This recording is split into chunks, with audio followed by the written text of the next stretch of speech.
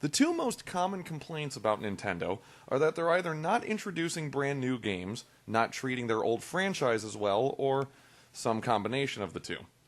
But the Big N has been doing a lot to turn this around lately, especially after both the launch of the Switch and this year's E3 presentation showing the company's seemingly newfound dedication to expanding both new properties and old favorites. Into this atmosphere of experimentation comes ARMS, doing for 3D fighting games what Splatoon did for shooters. ARMS is a softer, friendlier interpretation of fighting games that only asks you to take it as seriously as you want to, aiming to provide both a fun couch experience and a deeper online mode if that's the kind of thing you're into. But you probably don't need me to tell you any of this, so let's give it the old turd sandwich.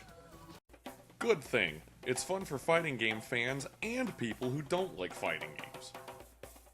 Fighting games as a whole can be pretty divisive, but much like how Nintendo has made racing games, shooters, and even 2D fighting games fun and palatable to a bigger, more casual audience, ARMS offers that same elusive balance that Mario Kart and Smash Bros. Have been working towards for a long while.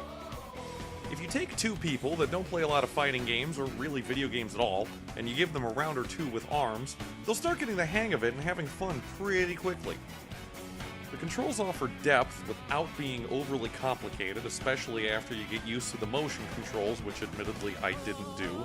The feedback to your attacks is pretty immediate and provides information on how and why you're hitting your targets, and the various uses for each of the arms you can pick from become fairly obvious after a minute or two of using them, which gives everyone playing a good and fast understanding of their character's abilities. You can get a lot deeper with this if you want to. There's a very deep and colorful roster that offers a lot of variation to the character's individual stats, appearance, and abilities, and each of the selectable arms they have to pick from have very clearly defined advantages and use cases, which really lets you experiment and find a combination of characters and arms that works for you. Of course, if that all sounds too complicated, and you just want to throw some comically oversized boxing gloves at your friends while pretending to be a giant mummy or a green DNA monster, you can totally do that too and have just as much fun. Sadly, this does kind of lead us to the bad thing. Bad thing. There's a bit of a learning curve all the same. Yes, ARMS is pretty lighthearted and accessible until you try to go online or boost the difficulty in single player. Even with as fun and goofy as it looks and can be sometimes, ARMS has a lot to unpack. It requires a noticeably different skill set from other fighting games with a reliance on punch angles, careful dodging, and 3D spatial awareness almost being closer to a slow-moving third-person shooter than most things you're going to encounter in fighting games. Alongside this unusual skill set comes the fact that the single-player mode is really hard for no good reason. Despite my initial relief that a ton of people online were complaining about the difficulty of the single-player mode, it didn't do much to help the fact that even at the second easiest difficulty level, several of the bosses took me a lot of tries thanks to their frame-perfect attacks and surprise genius AI.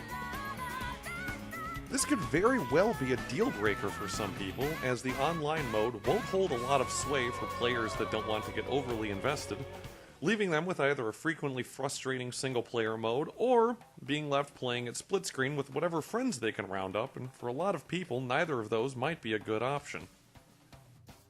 Good thing. This could be the start of something big for Nintendo.